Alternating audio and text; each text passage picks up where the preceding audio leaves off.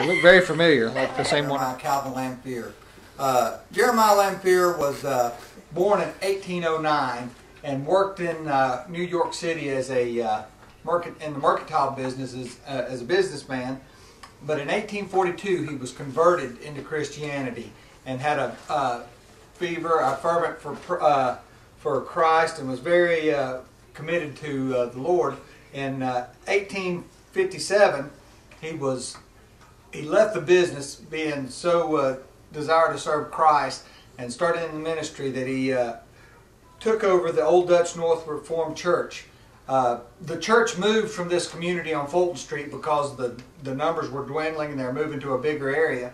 So Jeremiah Lanphier was hired to try to revive that community through missions to the community. Well, Jeremiah went on a visitation program, very diligent visitation program, and was praying, but he wasn't seeing much results. So one day he decided that he wanted to set up a prayer meeting for all the local business people in the community.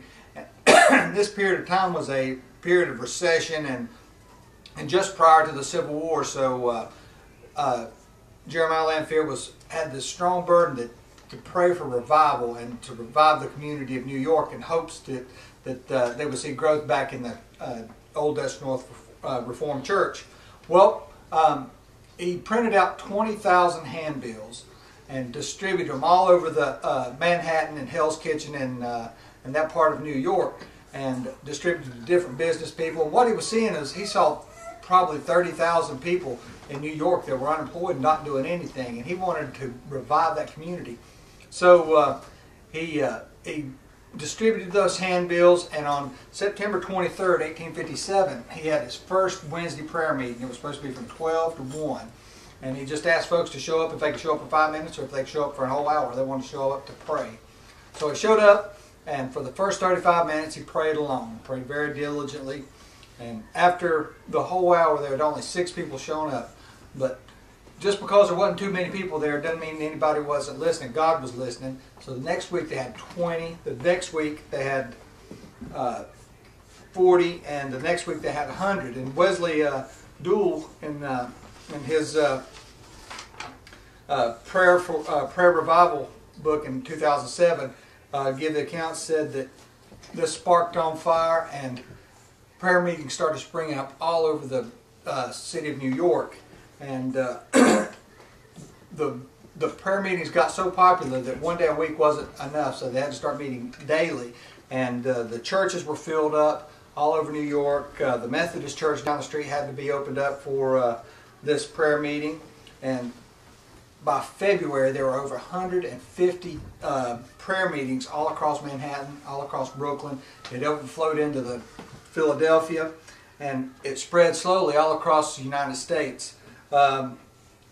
Into Chicago, Richmond, Charlotte, Savannah, Mobile, Cincinnati, Pittsburgh. And by the end of 4 months, the prayer had spread across the nation. This prayer meeting, desire to pray for revival, had swept across the nation, and it even had swept across the ocean into countries like Africa, Ireland, Korea, and many other countries. During this period of time, between 1857 and 1858, there were over 2 million converts to Christianity, and all this sprung up from Jeremiah's Calvin Lanphier's burden to pray. And during a short period of time, Marshall in 2000 said that there were over 10,000 converts a week in the city of New York. And again, great spiritual leaders and Christians like D.L. Moody, Charles Spurgeon, Charles Finney were all affected by this revival that was started by Jeremiah Lanphier and his weekly prayer meeting. New York Times told us in 1894 that Jeremiah Lanphier had retired after many years of service, and they give a special section in the paper commemorating his retirement. And from the time that he started his revival or his prayer meetings until he retired in 1894, his weekly prayer meeting was held. There was ups and downs, as there always is with people's desire to serve Christ, but he never faltered, never failed. And in 1894 he retired. And to this date, they're in Fulton Street, on the corner of Fulton Street at the Old Dutch North Reformed Church, is a statue of Jeremiah Lanphier, commemorating the work that he did during the revival, and the numbers of people that were saved, all because he had a burden to pray. Is that close?